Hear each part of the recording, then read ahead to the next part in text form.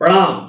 अचिंताय व्यक्तरूपाय निर्गुणाय गुणात्मने समस्त जगदाधार मूर्ते श्री ब्रह्माणे नमः। प्रिय दोस्तों, दर्शकों, प्यारे भाइयों बहनों, आप सबको नमस्कार, आप सबको प्रणाम करता हूं। और आज इस वैदिक एस्ट्रोलॉजी के एक महत्वपूर्ण पॉइंट को, एक की पॉइंट को मैं खोलने वाला हूं। घर कितना बड़ा हो, कुंडली कितनी भी अच्छी हो या खराब हो, लेकिन एक लॉक से खुल जाता है, उसे कहते हैं की। तो वैदिक एस्ट्रोलॉजी में, और एस्ट्रोलॉजी भगवान स्वयं शनिदेव की कृपा से कैसे ओपन होती है और कैसे आप जान पाओगे, क्योंकि शनिदेव को कर्माधिकारी कहा गया है और शनिदेव ही हॉरोस्कोप में कर्म के देवता माने गए हैं। प्रत्येक व्यक्ति को अपने साढ़े साथी और ढैया के दौरान उसके कर्म के अनुसार उसको फल प्रदान करते हैं। कोई जरूरी नहीं है कि यदि आपकी कुंडली में साढ़े साथी आई है तो आपको परेशान ही रहना पड़ेगा, या ढैया आई है तो आपको परेशान ही रहना पड़ेगा। जो आपकी इंसाइट और अंतर्मन के द्वारा देख पा रहे हो, आपने बुद्धि और विवेक, भगवान ने इसीलिए बुद्धि भी दिया है और विवेक भी दिया है। बुद्धि के ऊपर जब विवेक का नियंत्रण रहता है तो व्यक्ति सही समय पर सही डिसीजन ले पाता है। तो शनिदेव वैदिक एस्ट्रोलॉजी के सबसे बड़े देवता माने गए हैं। और मैं आपको बताऊं क्यों। क्योंकि पूरा कर्म फल का सिद्धांत उन्हीं पर निर्भर करता है। शनिदेव को न्याय का देवता माना गया है। यदि आपकी कुंडली में सैटर्न प्लैनेट स्ट्रांग है, और मैं कह सकता हूं 100 में 90% भी पावरफुल है, तो आप किसी भी फील्ड में, लॉ के सेक्टर में न्याय अधिकारी बनने का या न्याय से संबंधित विधा में आपके आगे बढ़ने की योग बनेगी। लेबर एंड कॉन्ट्रैक्ट लॉ में भी शनिदेव ही कारक है, क्योंकि श्रमिक का भी कार्य शनिदेव को ही माना गया है। तो इसलिए आपको बताना चाहूंगा, अपने श्रमिक के साथ एक्सप्लॉयटेशन से बचने की कोशिश करें, और अन्यथा शनिदेव की कृपा आप पर भारी पड़ सकती है। शनिदेव को लोहे का कारक माना गया है, कंक्रीट का कारक माना गया है, धीरे धीरे कार्यों को चलने का कारक माना है। कल कारखाने, मिल, फैक्ट्री, मजदूर, इन सब के कारक शनिदेव हैं, और न्याय के भी कारक शनिदेव हैं। आपके कर्मों के कारक शनिदेव हैं। तो कहने का तात्पर्य यह है कि शनि प्लैनेट को समझने की जरूरत है। It is the most important topic.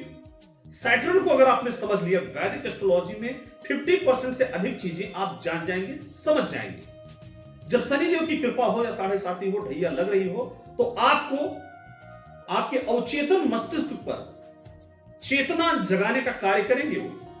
अब उस चेतना के द्वारा आप उस सिद्धांत पर कैसे आगे बढ़ते हैं। लोग कहते हैं साढ़े साथी आ गई, परेशान रहते हैं। दोस्तों, वो साढ़े साथी आपके द्वारा जनित कर्मों के जो द्वेष हैं उसको जलाने आई है। और मैं आपको बताना चाहूंगा, जो कर्म फल जब जागृत होता है, उसके नकारात्मकता को, निगेटिविटी को डिस्ट्रॉय करने आती है। इसलिए अच्छे कर्म करें और अच्छा फल भी आप प्राप्त करेंगे। अतएव कहना चाहूंगा कि साढ़े साथी से डरने की जरूरत नहीं है। जो परमात्मा तत्व के द्वारा सैटर्न प्लैनेट, क्योंकि जब देवताओं के अंदर अहंकार आ गया था बहुत ज्यादा, वो कुछ भी कर बैठते थे। आपको पता होना चाहिए दोस्तों, सबसे आखिरी ग्रह नवग्रहों में शनिदेव है, और भगवान शिव ने शनिदेव को मतलब फॉर्मिंग करने का कार्य किया था। क्यों किया था? क्योंकि देवताओं का कार्य था मानवों के ऊपर उनको लोक कल्याणकारी कार्य करना। लेकिन जब किसी के अंदर अनवांटेड अहंकार आ जाता है तो शनिदेव का डंडा उसके ऊपर जरूर चलता है, उनकी दृष्टि उसके ऊपर जरूर पड़ती है। तो शनिदेव की दृष्टियों से बचने के भी उपाय आपको बताऊंगा। लेकिन मैं कहना चाहूंगा कि शनि एक ऐसा प्लेनेट है जो पूरी कुंडली की 12 भावों को अपने रेफरेंसेस के अनुसार पूरा प्रतिफल देने की पूरी क्षमता रखता है। और कलयुग का राजा राहु है, और राहु प्लेनेट शनिदेव का सहायक ग्रह माना गया है। आपको भी पता होगा कि राहु बिना शनि प्लैनेट से इजाजत के कोई कार्य नहीं करता है। और शनि और राहु की अगर दृष्टि पड़ रही हो कुंडली में, यह युति हो रही हो, तो पिशाच योग बनता है।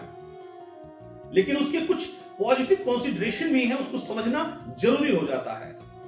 उस व्यक्ति के अंदर एक्स्ट्राऑर्डिनरी टैलेंट रहता है, वो बड़ी विपरीत परिस्थितियों में भी रह करके देश की रक्षा सुरक्षा के कार्यों को भी क्रियान्वित करने की क्षमता रखता है। और वही कहीं शनि और राहु की युति थोड़ी सी पीड़ित हो गई तो वो दूसरों के कार्यों में महाराज शकुनी जैसा हो जाता है। कहना यह चाह रहा हूं प्रिय दोस्तों कि सैटर्न प्लैनेट का ऑब्जर्वेशन करना, उसकी कंसीडरेशन करना, that is the very necessary topic. तो जब शनिदेव आपकी कुंडली में कहां है, कैसे हैं और वो क्या प्रतिफल आपको दे रहे हैं या देने वाले हैं, जैसा कि आप सबको विगत जानकारी होगी, पास्ट एपिसोड्स में मैंने चर्चा किया है कि मकर राशि से 7.5 उतरने जा रही है। मकर राशि के जो जातक हैं वो कुंदन के समान निखरने वाले हैं। कहना यह चाहूंगा दोस्तों, जब स्वर्ण को भी जला दिया जाता है तो वो कुंदन बन जाता है। और वो अपनी क्या, स्वर्ण क्या है? स्वर्ण आप मान लीजिए आप एक मानव है, let us consider that 1 minute. A is a मानव। जब उसके अंदर माया, अहंकार, क्रोध, वैमनस्यता इत्यादि चीजें उसे घेर लेती हैं, फिर उसी दौरान जब 7.5 आती है तो शनिदेव उसके कर्मों के फल को देते हैं तो धीरे धीरे उसके अंदर से जो नकारात्मकता है उसको मेल्ट करने का कार्य करते हैं। अब उस मेल्टिंग कंडीशन में जो भगवत भक्त होते हैं, जो सद्मार्गगामी होते हैं, उनको और अच्छा परिणाम मिलता है। और जो गलत रास्ते, कहने का तात्पर्य यह है कि बुरे समय में आप अपने मित्रों की, भाई परिवार की, पुत्र पुत्री की, पत्नी की, दोस्तों की, आपसे जुड़े हुए सभी लोगों की आप पहचान कर सकते हैं।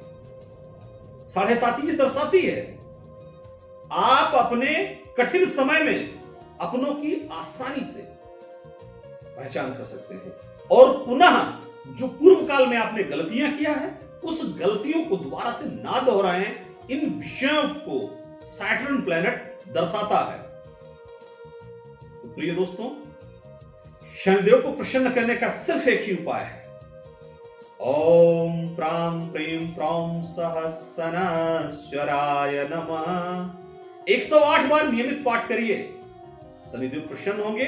और भगवान भोलेनाथ को शिवलिंगम पर दूध, जल, बेलपत्र भी चढ़ाया कीजिए, इससे शनिदेव प्रसन्न होंगे। और जब शनिदेव की कृपा होगी तो मैं कह सकता हूं आपके जीवन के मैक्सिमम काम बनने लगेंगे और जितने बेनिफिट प्लैनेट हैं वो अपना रिस्पॉन्ड करना शुरू कर देंगे।